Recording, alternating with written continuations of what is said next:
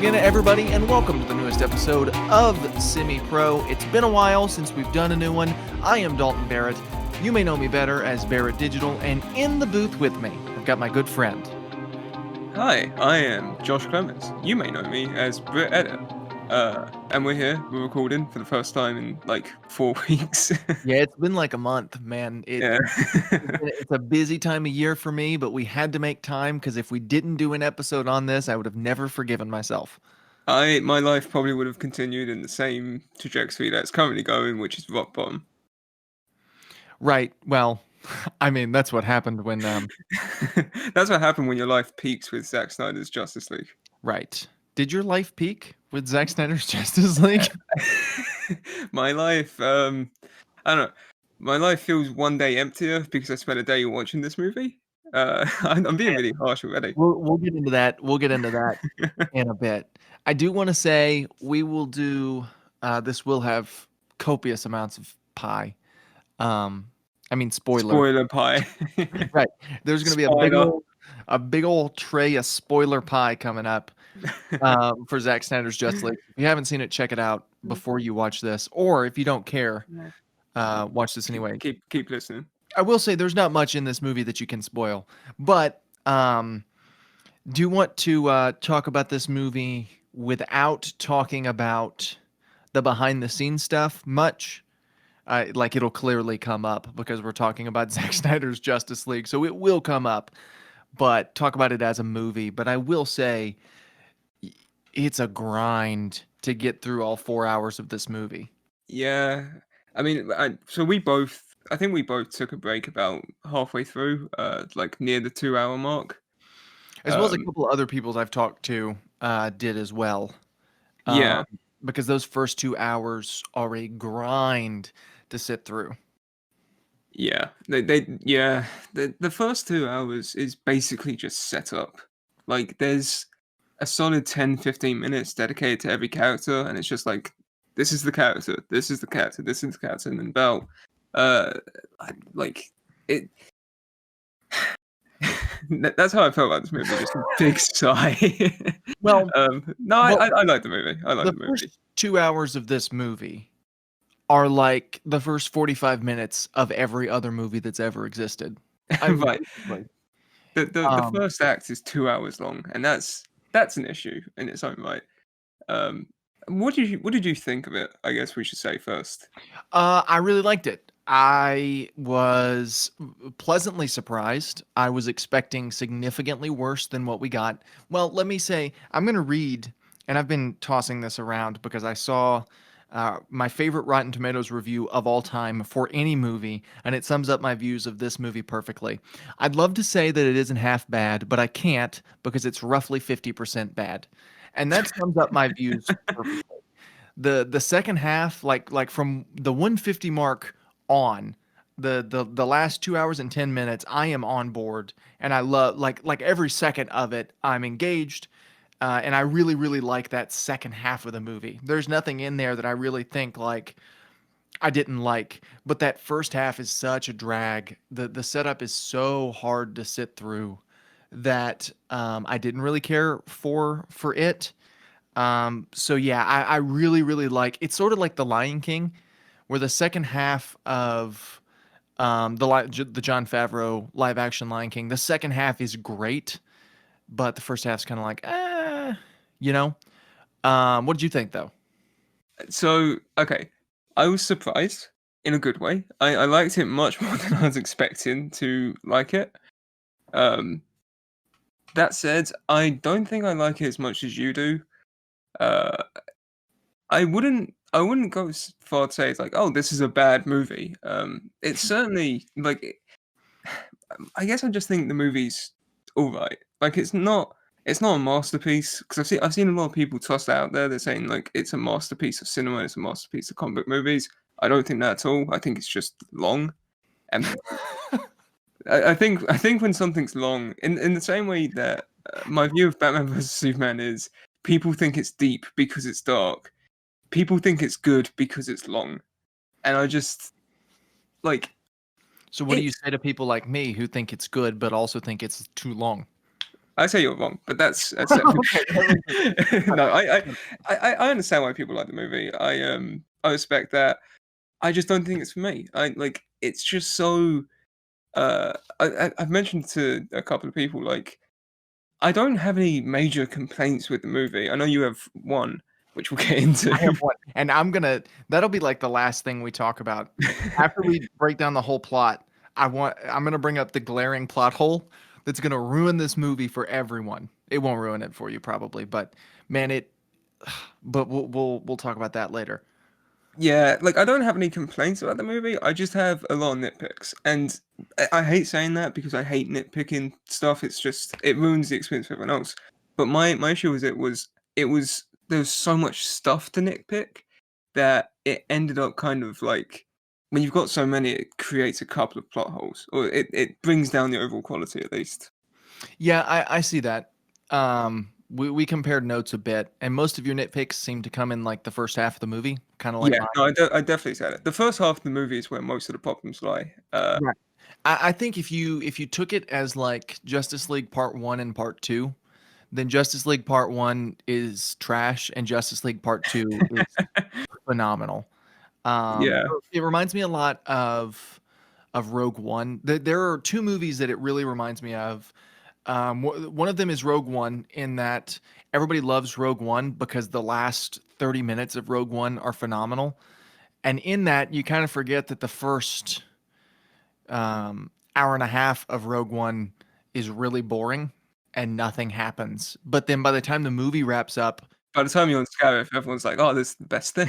right, by the time the credits start rolling, you're so wrapped up in that final act that it's like the greatest movie ever made. And I think that definitely applies to this. Let's break down. Let's go through the plot. Uh, at least plot The light. movie has a plot. Let's go through the plot light, and we'll roll through it.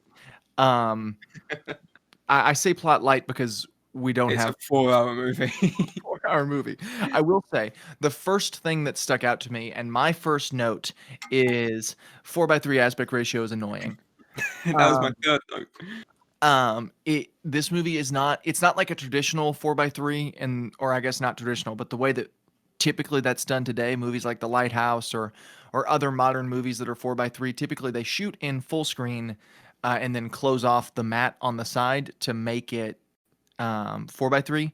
This movie was shot with an open matte instead, where it was literally shot this way with the intention of, if it's released full screen, they put matte bars on it and so on and so forth. It was intended to be cropped. Instead of being cropped to be 4:3, it was 4:3 to be cropped later. Zack Snyder apparently liked that when he shot some IMAX scenes. So the movie looks great in IMAX, but it looks bad everywhere else. The movie looks great in IMAX. It's just a shame that no IMAX cinemas are open because we're kind of in the middle of a pandemic. Well, maybe for you. Yeah, Um, yes, maybe for me. 'Cause I haven't left my home in so long. um, But yeah, the opening to the movie is kind of neat. It starts off in a worse way than BVS does, because it's in BVS where it's like, oh, this is the Man of Steel end scene from a new perspective, and it's like it's really interesting because you kind of see you see a ground perspective on it all, and you see like human stakes in it. yeah, Uh, with this one, it's just kind of it's like it's just the end of BVS again, except they show you that the other heroes are actually around in this world and chose not to do anything. yeah. The opening credits of the opening credits of Theatrical Justice League is probably my favorite moment from the movie, like in general, from the theatrical cut of the movie. And I definitely preferred them to the opening credits of this one. Seeing what the world looks like without Superman was such a neat thing, and it's necessary for the plot of that movie. Superman doesn't play into the plot of this one quite as much, um, which is not necessarily a complaint, but it is a complaint that I like the opening of the theatrical version better. Like the It's song was explained great. like Henry Cavill. Right, the oranges being stolen, and the crime rising, and the homeless man sitting there, like all that stuff was just so It was emotional. it was like it was good world building in 5 minutes. Yeah, I think so. I think it did Yeah. a really good job of showing us, okay, this is what happens without Superman. Like Superman came and he showed us the good in the world and now he's gone. Granted, Superman in this movie didn't come and show us the good in the world, but Superman in this movie came and showed us that if you mope around hard enough, someone else will do your stuff for you. right, basically, yeah. We're not talking about BVS. We got to get off that. But yeah, I do prefer the opening credits of the theatrical version because this movie doesn't have an equivalent of that makes you feel what the world is like without Superman. There's no scene that kind of mirrors the opening credits. But the opening credits in 30 seconds or 2 minutes, however long it is, shows us instantly like, okay, this is the world without Superman. It's done. We don't even really need to talk about it because we've already shown it. And this movie doesn't have an equivalent of that. And then we kind of cut to the Batman trying to recruit Aquaman scene from.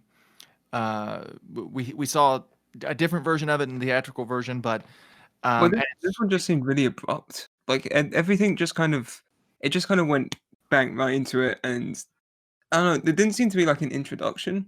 I didn't mind that just I because mean, I was fine with it because I think we like.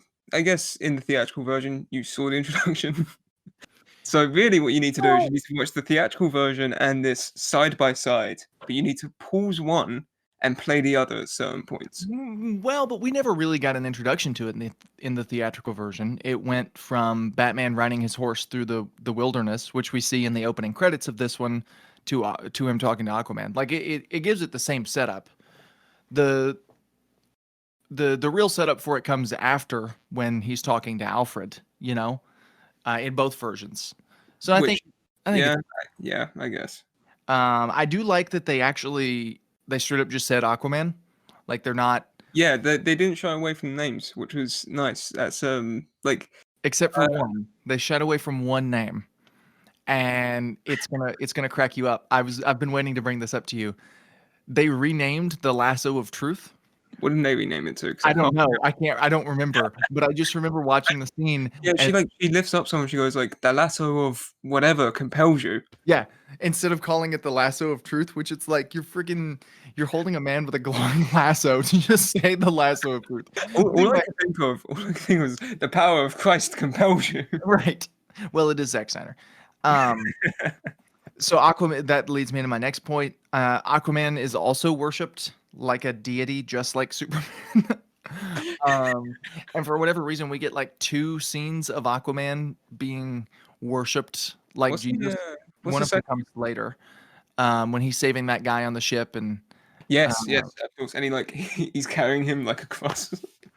yeah, well, he's like holding out his arm to the guy, and then he tosses him on the bar, probably kills him with his strength, and then He gave him blunt force trauma to the back of the head. He right, and then steals from him. Then after the Aquaman scene, we cut to Wonder Woman, which is a different version of the scene that we saw in the theatrical version. Again, right. This in this um, version of the scene, she kills many people.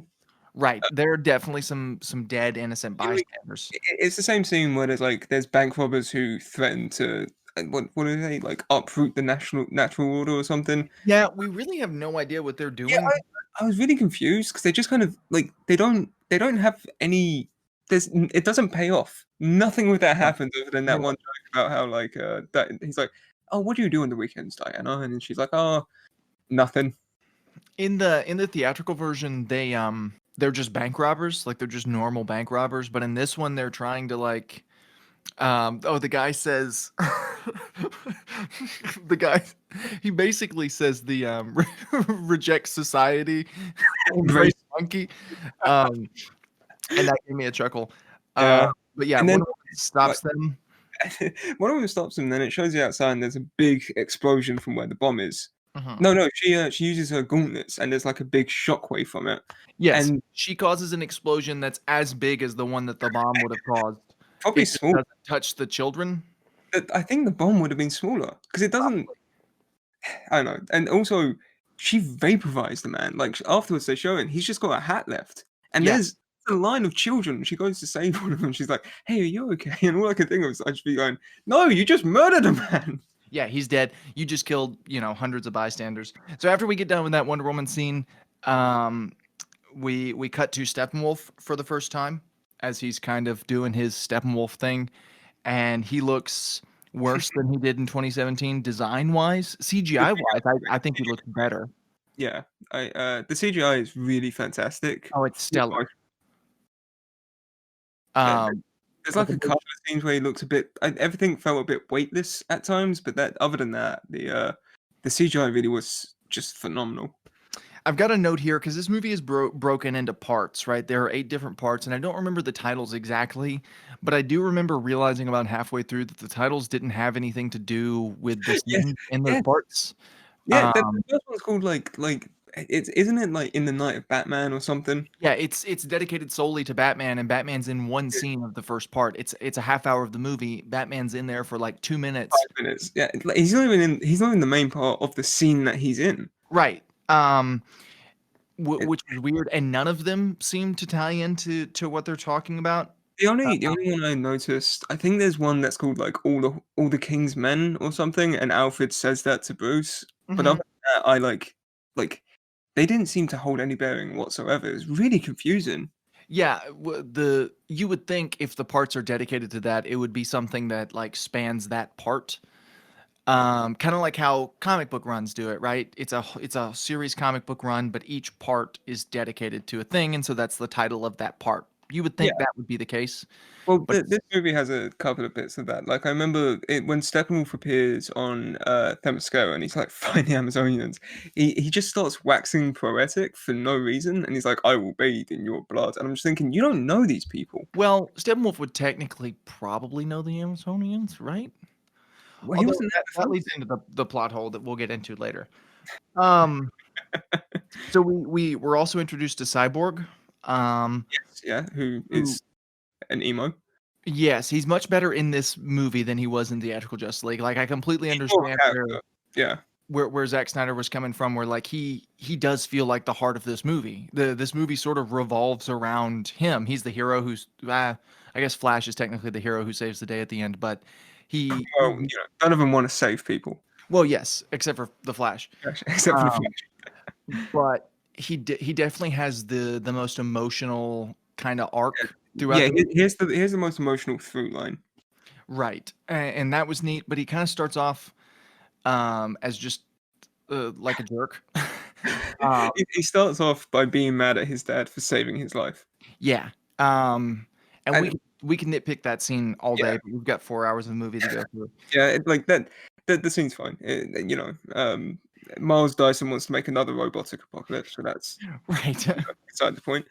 That what a typecast to be held as the man who Yeah. always brings out the the end of days through robots.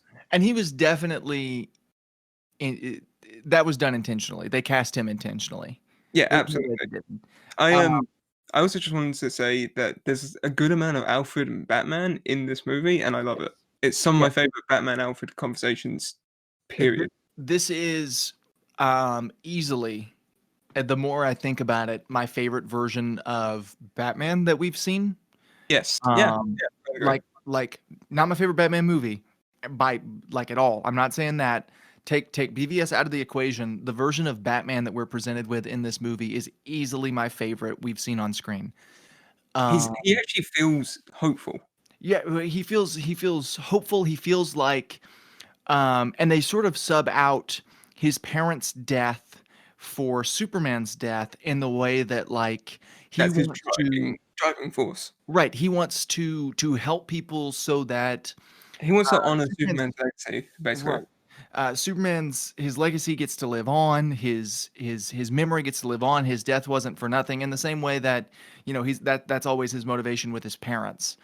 And that was awesome. I really, really liked the way that he was presented in this movie. And Alfred, the way Alfred was presented in this movie was just great. Um, It makes me sad because I wish we got more Jeremy Irons Alfred. Same, same. This movie, because I'm not on board with the whole restore the Snyderverse thing. But if we get anything from the Snyderverse that continues on, I really hope it's some stuff with Ben Affleck's Batman. Yeah, yeah, no, Um, definitely. that's the only, and Ezra Miller's Flash and stuff I would also be down for. But I, mainly, well, speaking of Ezra Miller's Flash, Um, there's so like I said, the first kind of 2 hours of this movie is just setting up all of the characters in the movie. It's setting up all of their conflicts, their driving forces, why they're in the movie, basically. Um, and so it kind of goes piece by piece. It goes like Aquaman, Wonder Woman, Steppenwolf, Cyborg. Then I think it's Flash. I think so. And then after they set them up the first time, they cut back to different characters and stuff. Right after that, it starts Um, being more about them mingling. But right. yeah, the Flash stuff in this is just great for the most part, I should say. Like it's good for the most part, at least. The scene with him saving Iris is The my least worst thing. favorite Flash scene in the movie. And it The was one of those thing with things Second where, Iris is just so like it's not just one thing that brings it down for me. It's kind of everything. yes, it's that thing where you were talking about where it's like, yeah, all of these things are nitpicks, but But they're all mixed together. when it's every single frame, like, yeah, it makes the whole scene bad. Yeah, Yes, each of them on their own are nitpicks, but it's every single frame of that scene. Ezra Miller is annoying. he's got Um, like the TASM 2 creepy Spider-Man vibes where he's yeah, messing with someone who just looked at him. yeah, Iris is an idiot, I apparently. Iris drives away without looking where she's going. There's a truck driver who drops his sandwich, plows through a hot dog cart, and is still just trying to reach his sandwich and can't pull on the brakes for some reason. Yeah, it's all that scene's bad. And I thought when we saw the deleted footage of it, where it was like Ezra running out and the glass shattering, I was like, this is so cool. I do not understand why they cut it. But now after seeing it, I'm like, yeah, no, I get it. Yeah, and he's speaking at a million miles an hour, which kind of makes sense for the character, but he's the most annoying person on earth. There's this movie, or no, it's a mini series that I watched that was pretty good, called The Act, and it's about Yes, the Gypsy Rose murder. yes, it's about that. Have you seen it? I haven't seen it, no, but I just know of it. Okay, so the boyfriend in that movie, who is the one who murders the mother, right? It's not Ross Lynch, it's the ginger dude No, from it's Boston and the Alley. yeah, it's his mate from yeah, yeah. He plays the murderer, and he acts and talks just like Ezra Miller does in that scene. I So swear, like that. Ezra Miller is basically as good as a murderer. Right. Well, and that was the thing. They were presenting him as like creepy and not all there and like this kind of stuff. And Ezra Miller talks and acts just like him in this, which really threw me off. I've got on my notes. First impressions of Ezra Miller's Flash is very annoying. That was my note too. I also wanted to note that like so in certain scenes they throw non-OST music in there Mhm. and it just feels really misplaced. It feels like I didn't someone mind just turned on a radio while they were doing it and Zack Snyder was like, yeah, throw that in. I didn't mind it actually. I thought I would, I but I think I didn't. I liked it in this scene, and then I really liked it in the Aquaman scene that comes a little later, see where I think it bothers me because the actual OST stuff is really good. Mhm. Like for the the most part. the soundtrack is absolutely stellar. I know you don't like the Amazonian stuff. I do. I think it was a bit overused, but I really like it. I didn't mind it at first. It was just when I had to listen to it for 15 minutes and it's just one like singing voice that's looped over and over again. It Yeah. feels like your daughter's dance recital or something. Right. It's about this time in the plot that we're given Steppenwolf's actual motivation. Mm, He yeah. basically he betrayed Darkseid in some way, shape, or form. We were not really told how, and he's trying to get back on his good graces so that he can come back home. Is basically what it comes down to, which is a far more compelling motivation than we had in um, 17. 2017, where he just kind of shows up for no reason. Yeah, Um, he's basically just he's in debt. He has to do like 50,000 worlds or something. He's basically like an intergalactic delivery man. Basically, yeah, he's terraforming all these planets for Darkseid, and that's his goal. It is also worth noting that Darkseid's plan here is literally just Zod's plan from Man of Steel. Um, like I mean, basically, right? I mean, he's looking for a MacGuffin, but it's practically just they've used the terraforming Earth thing twice now. Yeah, and yeah. with one movie in between. So Well, that's a but there's bit annoying. different. There's slightly different motivations, I suppose. There's odd one's more like, oh, I want to save my people, and this one's like, oh, I want to control the galaxy. But Well, yeah, at but even the end then, of the day, it just comes down to we want to make the world a ball of fire. but isn't the thing like Darkseid wants to make Earth the new apocalypse and live there? Like, isn't that No, part of it? no, I think it was just like I thought it was just he wants to terraform these places so that he has mindless slaves, and he's looking for the anti-life equation, but we don't find Okay. that until later. Right. All right. Well, that's fine. That's fine. We do find out about the anti-life equation in here somewhere. But it, Um, I think it was like the second mother box. maybe Oh no, do you know what it was? It was it was during the that second flashback scene, the dialogue dump. no. It was during the second mother box because Steppenwolf reaches out and touches it, and then he does the exact same scene that Darkseid did like 20 minutes earlier. Right. That's right.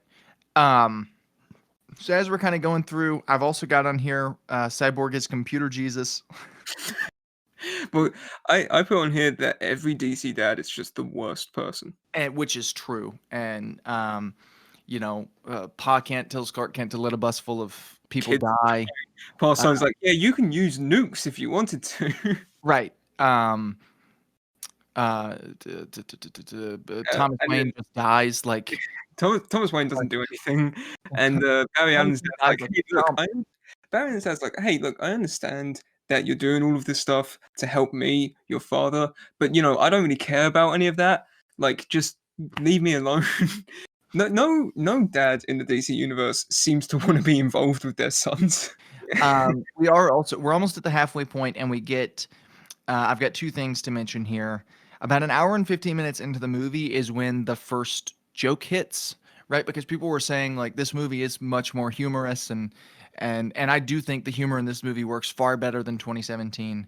It's But it, certainly more natural. but when your first joke comes an hour and 15 minutes into the movie, it's really jarring, and it really takes you out. It was super out of place, and I don't even remember what the joke was. I think it was Batman and Diana. Um, Oh, the more or less. Yeah, I think that was it, and it was just like I said, super jarring and weird, and I wasn't expecting it, and it threw me off. Yeah, Um, I, and I've then I've got in my notes about the Aquaman scene because I think it's at this point we see that Aquaman is talking to Volko, and Volko's like, "Pierce the heart, Osborn." Uh, first we attack the his heart. Yeah, it was really weird. So Aquaman goes to visit a shrine of his granddad, and then Volko appears. And Bruce and Diana talk about this. They go, "Oh, he can breathe underwater, so he's Atlantean, but he can breathe on air, so he's a half blood." But then every Atlantean that talks to him in an air bubble. So is every Atlantean a half blood? Because all of them breathe on air. There's some that come out to the ground later because Steppenwolf's interrogating them. So are they all half bloods, or did they just not? Did they forget that they wrote that line? I would have to think it's they forgot that they wrote that line. That's the only thing I can think of. Um, and then we get to see Alfred help Diana make tea, which Yeah, is which was one. probably the most heartfelt scene in the whole movie. Yeah. So let's get first half consensus here real quick. The first half of the movie is just done. Oh, also about the 150 mark is the first time we see the Batman or the Oh, Flash in their yeah. costume. Um, Which is 2 hours into your 4 hour movie. right. But that kind of for me marks that we see the Jim Gordon scene, which is awesome, and I love Jim Gordon in this I movie. love J.K. Simmons. Yeah. J.K. Simmons as Jim Gordon is like one of the best casts of all time, and I love it. Um, but that for me is the moment where the first half ends and the second half kind of starts. That's like the pickup point, right? If I ever rewatch, I've seen this movie twice. If I ever rewatch it again, I will start at that scene. So what is your first half consensus? Like, how do you feel just about the first half? I think that this movie would be a lot better if you condensed a lot of that, because a lot of it is multiple scenes to set up all of the main players. And while I understand, why you need that, I also think that you can do that in 30 minutes and have it be just as good. Yeah, I agree. I think one of the movies that I think you can compare this to is Guardians, the first Guardians. Yeah, yeah. Um, I think it sort of tonally fits very similarly. Um, Not tonally, I mean structurally fits very similarly. But what took Zack Snyder 2 hours to do, James Gunn was able to do in 45 minutes. Um, and so that's just kind of how I feel on that. So um, I think this first half condensed down to something that was about 45 minutes, and sort of restructured and rewritten would work really well. And I could sit through a 2 hour and 45 minute version of this movie, you know.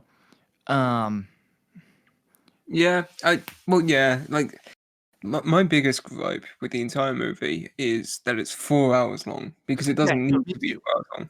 My biggest gripe with this movie is that the first 2 hours are boring, and this movie is 4 hours long.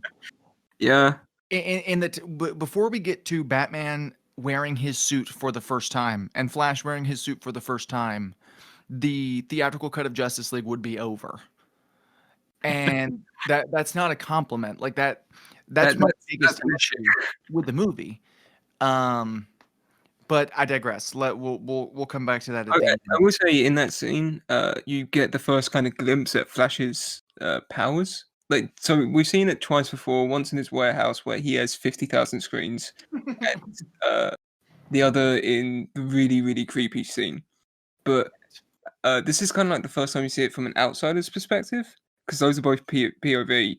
Right. Uh, and it's so cool because the first time you see it is they all disappear after Gordon turns his back. He's like, "Oh, that's rude," and then he vanishes. Um, and I really like it because just before he does that, you can kind of they make a sound of like a build up of the lightning, and then Yeah. he's gone. And then there's like a puff of smoke, and he looks like the Roadrunner, and I love it. It reminds me of the way, like it reminds me of Batman almost, where it's like puff of smoke, like smoke bomb, and then he disappears. It sort of feels the same way, but with lightning. Like there's a cloud of lightning around him, and then he's just gone. And I really liked it. Um, Yeah, and also when they save the hostages, like you also, I think they show him running around, and it's like you see sort of flashes, like still images of where he's been, like a shadow of it almost, and it just looks so cool. The Flash stuff in this, once you get past that first scene, is probably the best stuff in this movie. I would say it's either the Flash stuff or the Batman stuff. Yeah. Um, the Flash stuff in this movie is the special effects wise. w- they didn't just do the 27 or didn't just do the Flash CW stuff where it's like, oh, there's a trail of lightning and that means he's running. No, it's unique and it's original and it's different and it makes more sense like realistically, and it's just so cool. Um like you said, those still images where he's like jumping around talking to people. It's not he's moving so fast you can't see him. There's like a light, and but then there's like different, like you said, ghost of him. It just it looks so good. I really hope they carry that over to the The Flash Flash movie. movie that isn't 'Cause- going to miss. Right. It didn't look like this in 2017 for whatever reason. They Right. changed it and made it more traditional. I Um, guess they're just trying to ape off the TV show. yeah, I would assume so. It does make more sense now, given that Steppenwolf has yellow lightning, that they made Flash's lightning blue. Um, th- it distinguishes him from that. Yeah, yeah. So that makes sense, I guess, why they did it. Now, could they have just made Steppenwolf's lightning blue and Flash's lightning yellow? Sure, but I don't mind it. It doesn't Yeah, really bother me at all. We're really kind of in the first team up action scene of the movie. At this yeah, point, the sewer scene, right? yeah, we're in the sewer scene, underneath the harbor, and it's really cool. It came really late in the movie, but it's fun, and it kind of felt well earned. Like these characters, you understand them going in. It's Yeah, almost like it's a sequel, and it's the second time you're seeing these characters. it works almost as well as a movie should. Right. Um, and then Aquaman comes in and kind of hops in. He was just chilling in the harbor for whatever reason, not helping out until the water broke.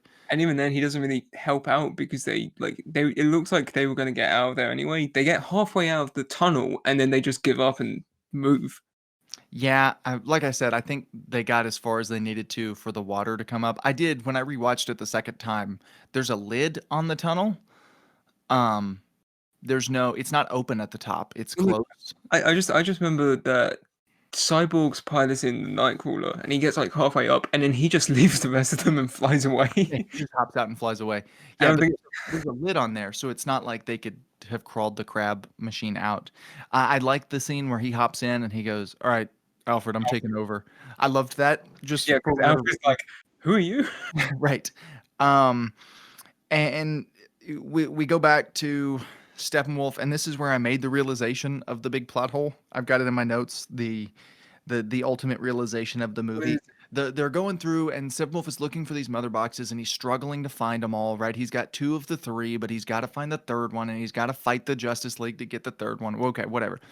Um, Steppenwolf, Darkseid's been here before, and in that flashback scene, Wonder Woman tells us that the mother boxes are technology, right? They're advanced technology made on Apocalypse to terraform planets. Steppenwolf has been going around and terraforming other planets. So here's my question: why didn't Steppenwolf just bring three new mother boxes with him so that he could just hop off his ship, terraform the Earth, and then get out of there? Why did he want to use the three that were already here? He could just literally bring three more. So I don't understand why well, this movie needed to happen. I don't. The whole. So I thought about this when they had the history scene. So Darkseid gets off, merges the boxes, and then like there's a big battle that ensues, and they spend like 30 minutes merging the boxes, but then in the finale they do it in like 2 seconds. And I Yeah. just kind of, like, I was just thinking, I was like, why do they need like a big armada to do all of this stuff? Can't you just drop down in the middle of nowhere and boom, bing, you're done. You Also, can move on to the next planet. why can't you move them? Like, why couldn't Steppenwolf have just grabbed the mother boxes and teleported somewhere else to kick them off, and then made the League have to struggle to get there? You Yeah, know, well, why doesn't he terraform Mars and Venus and all of these other planets that are in our solar system that you could also use? well, I don't think they would have had the mindless slaves, Josh. Um, right, because there's no humans there. The build up to Superman's return, which is where we're kind of getting towards, does feel a bit more compelling in this outside of that opening scene. There's a bit more build up to it in this movie, with Yeah, Lois yeah. and There's a really great scene where Lois and Martha have a really heartfelt conversation. They're going, "Oh, I loved your son. Oh, he was the best person. He would have wanted us to keep on moving and push on, push forward. They're taking away my home, but it's fine. It was too lonely for me anyway." And it's like it's a really good heartfelt scene that makes you feel for Lois and makes you feel for Martha. And then Martha steps out and she changes into a giant green alien in the middle of a hallway. And I was thinking, this is a weird move for her to take. yeah, it that was so forced. And it's probably my least favorite scene in the whole movie because it was such a good scene when it was Lois and Martha talking. Yeah, and I also don't. I want to know the reasoning where he steps out as Martha, looks around, changes into a giant green alien, stands there for like 30 seconds, and then goes, "Yes, I should be a man again." Which also ruins the reveal, right? Right. How much better would it have been had he stepped out of the room, transforms into the general, and then walks away, right? With the corniest dialogue on the planet. And then at the end of the movie, that's when it's revealed that he's Martian Manhunter. Like when they do the Martian Manhunter scene at the end of the movie. Why on earth I don't know. That just is obnoxious. Like all they had to do was just have him transform, and most comic book fans would have gotten the idea anyway. You didn't have to be so on the nose about it, Well, you and could it have really just it like ruins that whole scene. you could have just had the eyes flash red if you want to do Right? that. Yeah. But Well, that's have the what eyes Smallville flash did red, for 10 and then seasons. you could have him transform into the general. But why is he transforming into the alien and then back into the general? It doesn't make any sense. And again, Um, the character it ruins the scene when it's like, oh, this isn't that character who actually has a lot of weight to this kind of stuff. But yeah. yeah, after that, we get them kind of setting up the Superman scene. They're digging up the body, and it was at this point that I realized I really wish we had more scenes of the League interacting because Not like fighting, but just I don't like know, doing just stuff like together. talking to each other. Yeah. But there's a great scene. So Victor and Flash are digging up the body, and uh, Wonder Woman and Aquaman are talking. She's like, "I really hate all of you Atlanteans," which makes Wonder Woman just seem kind of racist. Um, Yeah. Well, But Wonder Woman and Aquaman are both racist. Oh, yes, Aquaman's not. Aquaman's very accepting. He's like, she's like, hey, I really hate Atlantean people, and then he goes, hey, yeah, me too. And they're just kind of having a beer, and they like chat about their history, I guess. And it was just nice to see them bonding. And the same thing happens again with Flash and Aquaman. Basically, I wanted to see an Aquaman movie where he just talks to people. Yeah, well, and Aquaman and or Flash and Cyborg while they're digging up the grave was nice. Yeah, they're them just kind of chilling. But like, I wish we had that in the first like half of the movie instead of separate Well, scenes. we get a bit of that between Diana and Bruce and Alfred and Diana, but it's really isolated to those three characters. Right, and we Uh, also know those three characters, I guess. right. I basically I just wanted a bit more variety in it, I suppose. Yeah. Um, I agree. They finally succeed in raising Superman back from the dead, and it's a really neat. It's the most powerful we've ever seen Superman. But Uh, he takes hits and just shocks them off. yeah, and it's awesome. And I really like. I like the way it's done in comparison to 2017. Like much Mhm. better because Superman comes back from the dead evil, like straight up evil in 2017. He has his memories. He just is evil for whatever reason. Because Superman is evil in this universe. Right. Well, but this is Joss Whedon's reshoots of it. Like he's saying things like, "You couldn't have just let me die." He asked Batman, like, like all that kind of stuff. But in this movie, it's like he's not even. He's trying. It's almost like It's he's just an kind of like animal. yeah, primal instinct. Yeah, he's Fight trying to or figure flight out sort what's going on because he just came back from the dead, and as he's trying to figure out what's going on, he feels threatened, and then he has to attack. Like it's just instinctual. And I really liked that much better. Um, I thought that was great, and it leads into easily my favorite stuff in the whole movie, which is Clark Kent back at the farm. Every scene on that farm with Clark and Lois, and when Martha comes in, is great. The scene where she's walking out to see him and he's standing in the cornfield, which we're going to talk about the cornfield in just a second. When he's when he's standing out in the cornfield and Lois walks out behind him and she's wearing the engagement ring and of. Clark He's like, says, "I guess uh, you said yes," right? Like that stuff's awesome. yeah, and he's like, oh, hey, Ma. But here's what it goes to. Here's where the corn comes back. No one wants to hear about the corn. I can only assume that Lois had to panic and find that ring to put it on because there's no way she was wearing it. Oh, she was too busy having pregnancy tests in her apartment. Yes, so here's where the corn comes up. Right, we have that scene earlier with Lois, and she's in her apartment, and she opens up a drawer, and Zack Snyder moves the camera to focus on this pregnancy test. And then she goes, and I could only assume takes it. She grabs something out of the drawer and walks into the bathroom. She grabs like a key card. Well, she grabs her Daily Planet badge, and then it cuts to the wide shot, and then she reaches back in the drawer and walks into the bathroom, which I would assume is to take the pregnancy test, like to actually take the test. Okay, so the reason I started thinking about it is earlier in the movie, Alfred said something along the lines of, "Oh, it's been a while since Lex Luthor said whatever." We're never given a clear indication of when this movie takes place, but I Yeah. figured it out. So Batman v Superman takes place in November. We know that from the newspaper where Clark Kent dies, where Superman dies. We know that this movie takes place in November. So, Superman dies in November. Corn season, the season in which corn is ready to harvest, is in September. So, this corn is not quite ready to harvest, but is close. So, let's say, what's the month before September? August. August. Okay, let's say it's August when Superman is resurrected. That means it was 9 months since Superman has been dead, and Lois is taking a pregnancy test. Hmm. I'm just saying. I'm just saying. Lois is taking a pregnancy test 9 months after Superman has died. So it's clearly not his kid. So Well, it's yeah, yeah. that's just little things that tie into that Lois Bruce Wayne relationship that Zack Snyder.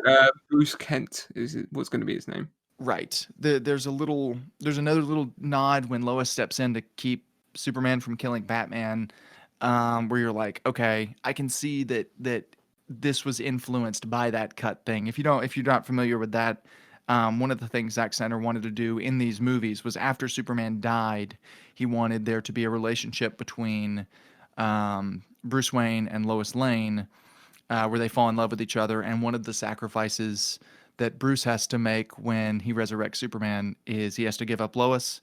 And you can see little influences of that now in retrospect, in BVS and in this movie. And that's just one of them, the corn, specifically the corn. Um, You in the corn. well, I mean, the corn is good. So Clark regaining his memories, it feels super heartfelt. We also find out one of my nitpicks from 2017 was that Batman seemed to completely forget about the nightmare sequence. He meets Barry Allen and he never mentions it. Like he's never like, "Oh, I saw you in a dream I had th- a year ago." You know, like he never thinks about. He never mentions it, but he does mention it here, which is great. Superman goes and he gets the black suit, and now we're into the finale of the movie. Um, I will say, as much as I liked the finale and I liked the way they defeated Steppenwolf, it felt super underwhelming when it's been, because the finale is what you spend your whole movie building up to. And when there's 4 hours of build up and like 20 minutes of finale, Yeah, I it don't know. just kind of it didn't hit right. Yeah, I don't know. It just felt kind of underwhelming to me. Yeah, like everything. I don't know. Everything in it is good. That scene on its own is stellar. I mean, um, and I'll talk about the Flash thing in a second because I do. That's my favorite part of the whole finale. But the fight with the League against Steppenwolf is really neat, and on its own, it's great. But it's so short in comparison to, which I guess is the same issue BVS had, right? You have the whole movie, and you lead to a 2-minute fight scene between Superman and Batman. Um, Oh, not and also that, but just kind of there's the Superman scene where he suits up again in the most frustrating black suit ever. Yeah. It's And not explained, it's not given any reason to exist. We don't it, know why it's there. He keeps it on after he's been resurrected. yeah, Uh, like Superman again, which kind of feels weird, I guess. I don't know, but like the first flight scene, which is a fantastic scene, it's got the amazing score in the background. Uh, yeah, where they reuse they reused the flight music. well, no, they reuse Russell Crowe's voiceover from Man of Oh Steel, yes, where he I was think it's say talking they reused to Russell Crowe's voiceover from Unhinged. well, no, they reuse his voiceover from Man of Steel where Clark Kent was a newborn. He doesn't remember this. Like, why Russell Crowe wasn't recording that to put it in the fortress. Like he was just talking to his son. Like I don't know. That's frustrating. Well, just the whole scene, like it's a really well done scene. Like that first flight scene from Man, it still gets me. So Yeah, dude, like same. amazing, it's amazing, and it bugs me because this one's kind of short. Mm. Everything in this movie felt kind of abrupt. Well, they had to get all the content in, and they didn't have much time, Josh. Oh, I mean, you only have 4 hours. What are you meant to do? Right. Um, Superman's return in, I like better for this movie, and this The universe. actual one is But the theatrical one feels more like Superman, and so for yeah, that reason, I've got kind of a nerd thing for it. yeah, But this one definitely fits in better tonally with the rest of the movie, and fits in better with this universe. What does he say? I don't think so, or something like that. yeah. Not impressed. Not impressed. Yeah, that's it. I prefer the truth justice line, but that's a whole other discussion. Right, yeah, but well, the final scene in this is pretty neat for the most part. Like Yeah. it, so it's like It's really neat with the yeah, Flash stuff. The Flash stuff is yes. stellar. Well, Um, there's 20 minutes of just kind of them messing about in the city, kind of, superheroing, I guess you call it. yeah, which is awesome, and I loved seeing that. Yeah, that was fun. It didn't go on for long enough, right? That should have been. I mean, it's the climax to your movie. That needs to take some time if your movie is 4 hours long. Yeah, and then, well, yeah, that happens for not enough time, and then they get to Steppenwolf, and it's like done. He's dead. Right. Superman comes into the fight and it's over instantly because Superman's the most powerful being in existence. But the Flash stuff, I want to talk about that because the end fight, The idea behind it is Cyborg is going to merge with the mother boxes, and then Flash is going to run at supersonic speeds and shove him into them to give him enough force so that he can separate them, which is awesome, super cool. Um, and they do a really neat fake out where the Flash gets shot by the parademons, and Yes, then and he's can't like, run. yeah, I'm fine. Yeah, and he's faking it out, and he's trying to keep everybody optimistic and hopeful, even though he knows that he can't do it. And he's trying to heal himself quickly, but then the league loses. And for a second, I thought, man, this would be the most Zack Snyder thing ever to end the movie here. There was part of me that thought that the movie was going to end with What them losing. what's about it was originally going to, and then when he realized he probably wasn't gonna get a sequel unless this does well, he had to reshoot it. I don't think so because it doesn't feel like the other reshoots that come later. Um, It looks phenomenal, I will it say. looks so good. And Yeah, so so Flash I, is I like, think okay. I Well, think it was intended because we had the footage after the fight already for Whedon's movie. yeah, yeah. Well, Um, so when they revive Superman, it's the same scene where like, he runs around to build up energy to touch the thing to load it with energy so that it reboots Superman essentially. And it's really neat because he's like, oh, when I start approaching the speed of light, time gets a bit weird. And it's like in that scene specifically, he's running around and he dives for it, and he goes so fast that time just about starts reverting, like right. it Yeah, yeah. moves just out the way. It's like tiny. And it's like, oh, that's really cool. Yeah, the And the the picture of Jonathan Kent starts floating out of the water with the yeah, fish, which is clearly symbolism for fish floating out of the water.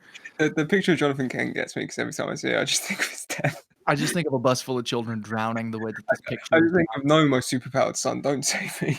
right. But yeah, so that's a really neat setup, and then they pay off in this where the League loses. Like, there's a big explosion, they're all dead. Yeah, Uh, and I like that they didn't show what happens to them in the explosion, like initially, like they didn't show their flesh tearing from their body.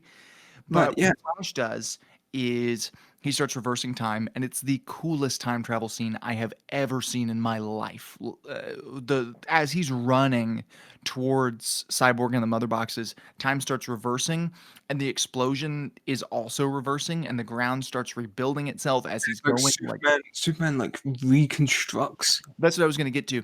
Like we didn't see it happen in real time when the explosion happened, but we get to see the reverse of it. We see all of their bodies and their skeletons as they're reconstructing and their flesh is reforming around it, and it's so cool. And then Flash pushes Cyborg into the mother boxes and causes them to separate, but doing it in reverse was awesome.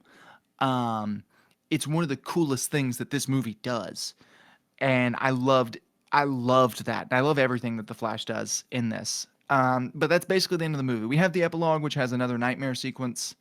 Um, but the epilogue doesn't really play into the plot much. The nightmare scene kind of comes out of nowhere, and it's fine. I liked it much better than I thought I was going to. Um, The Joker Batman stuff was actually kind of neat. I actually found yeah, myself liking it, which if was if they give Zack Snyder another Justice League movie, I want it to be 100% that. I want to see Justice League Mad Max because he would be great at that. That's something he could absolutely tackle. Deconstructing these characters, showing how characters would adapt to a post-apocalyptic world would be stellar. That's what I want to see. I don't want to see like the normal Justice League handled by him. Although I do think he did a good job here. it's a Um, better job than I was expecting it to be. yeah, but I would much rather see him tackle something like that because that even in that one little scene, that was super cool. Yeah, Just absolutely. seeing Batman have to like break his moral code and work with the Joker, like that was awesome. Um, I really liked all of that stuff. So that kind of gets us into final thoughts. What's your big takeaway? What are your final thoughts for the movie? Aquaman is useless. Yes, Aquaman is useless. I agree. Yeah, Aquaman is useless. The OST is phenomenal.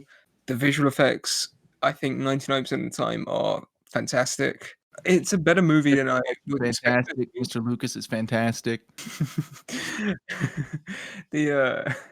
It was a better movie than I was expecting it to be. However, I also have to say it's a better movie, but it was 4 hours long. And like I know I'm harping on about 4 hours a lot, but making a movie in 4 hours that is good isn't that big a stretch. Because in 4 hours you have a lot of time to flesh out conflicts and characters and story and setting. You basically have time to make a story. And to make like to make a good movie, you need to take that and you need to be able to condense that to like 2 hours, 2 hours, 30 minutes. Yeah, I agree. It Um, but yeah, it was good mostly. Yeah, like I said, really like that second half. Really love that second half. Like you were saying, the challenge with making a movie isn't being able to film a bunch of stuff that's going to be good. The challenge is being able to film a bunch of stuff that's going to be good when you have to cut half of it out. Um, And again, the and first 2 hours of this movie are just it's just exposition setup. yes, I mean it is. Which is like usually that's fine because movie like yeah, the intro to a movie should be exposition setup. But it's just there's so much of it. Yeah, it. Yeah, that's kind of the problem. Um, there's so much of this movie. With Man of Steel, it's a movie that I like. I can casually toss on Man of Steel and just watch it. You Yeah. have to dedicate a day to watching this movie. You can't just toss it on and watch it, which is part of the problem. Um, Yeah, like I say, this isn't ultimately this is a good movie, and I think I can say we both enjoyed it a good amount. Um, it's just one of those things where I like this movie, but I don't think I'd want a Snyderverse. yeah, I can kind of agree with you there. I don't think that um, I don't think I want to see a sequel to this. I liked it enough to want to, but I don't think a cut down theatrical version of this is going to be as good, and I don't think Zack Snyder would be able to pull that off. Um, and so, I mean, that's just kind of where we're at. You know, it sucks, but that's just kind of the the way it goes. And so, Yeah, um, I, I liked it. I really no, enjoyed it. no, I like again for all the nitpicks that we have about this movie, it's good. It's it's really good. I'd recommend watching it. It just kind of comes to that stipulation of when you watch it, make sure to skip out in the first 2 hours. Right. I mean, yeah, that if you've seen Theatrical Justice League, You can skip out on it. you can skip out on it. Now, it does some of the um some of the best stuff, like character stuff, comes in those first 2 hours, but you just kind of have to say, You kind of have to go like it's like the James subplot in Twin Peaks season 2. I knew you were gonna go with that. It's like you want to watch the rest of Twin Peaks, but there's so much James in there. Yes, I know Ezra Miller is the coolest. Ezra Miller has always been the coolest, but sometimes I don't want to watch him perv over a woman who opens the door for him. Yeah, I mean, yeah, that it's very conflicting. I would definitely recommend you watch this movie. Ultimately, I'd recommend it. It's just kind of like I say, there's a lot of nitpicks to be had in this movie. Steppenwolf kind of sounds like the Mummy from the Mummy, which was weird. Now, I should it should be noted, if you're not a comic book fan, you're not gonna like this movie. No, not at all. You're This just not. this is a movie made for comic book fans. Yes, absolutely. Like without question, without a doubt, this movie is made for comic book fans or Zack Snyder fans. So don't go into this thinking you're gonna love this movie if you're And just like a casual movie fan, because you're not. I promise. like you said, Um, this isn't a movie that you can kind of like, oh, I'll stick this on in the background and get some work done. yeah, you do have to dedicate some time to it. Um, you have to dedicate 4 hours of your life to it. You have to make a day out of watching this movie. But if you have the chance to do that and you have the opportunity and want to, because you're a comic book fan and you're a fan of these characters and a fan of maybe even Zack Snyder, you're gonna like this. So, but if you're a fan of Zack Snyder, you've already seen it. So if you're just a normal casual movie fan, um, If you're Zack Snyder, you've already seen this movie. right, yeah. If you're just a casual movie fan, then you're not gonna like it, and I wouldn't recommend it. But everybody else, those comic book fans and those fans of Zack Snyder, I do think you'll like it. So I would recommend you check it out because it is good. I really like this movie. Um, so yeah, that's my I final mean, thought. this movie, I just don't think I'd watch it again. Right. Yeah, probably not. It, I If I ever watch it again, it'll just be the second half. right, yeah. No, if I ever watch it again, it'll be a clip on YouTube. Right. Yeah. All right. Well, that's it. We've done it. We talked about the Snyder Cut. I mean, we didn't even mention the spiders that totally aren't rip off of the Matrix worms. There's so many things that we missed. We may have to come back and do like a part two in the future or Oh, something. I don't know. oh. I mean, we didn't talk about how Cyborg would blame his dad for his mum's death, even though she drove into oncoming traffic. Gosh, we're running out of time. In 5 years, we'll come back and do a retrospective. When Justice League Part 4 is coming out, we'll do a retrospective of the series. Right. Exactly. All right. Thanks everybody for listening, no matter where you listened. It's been fun. Me and Josh talked about Snyder Cut. We will see you on the next episode of Semi Pro. Peace out.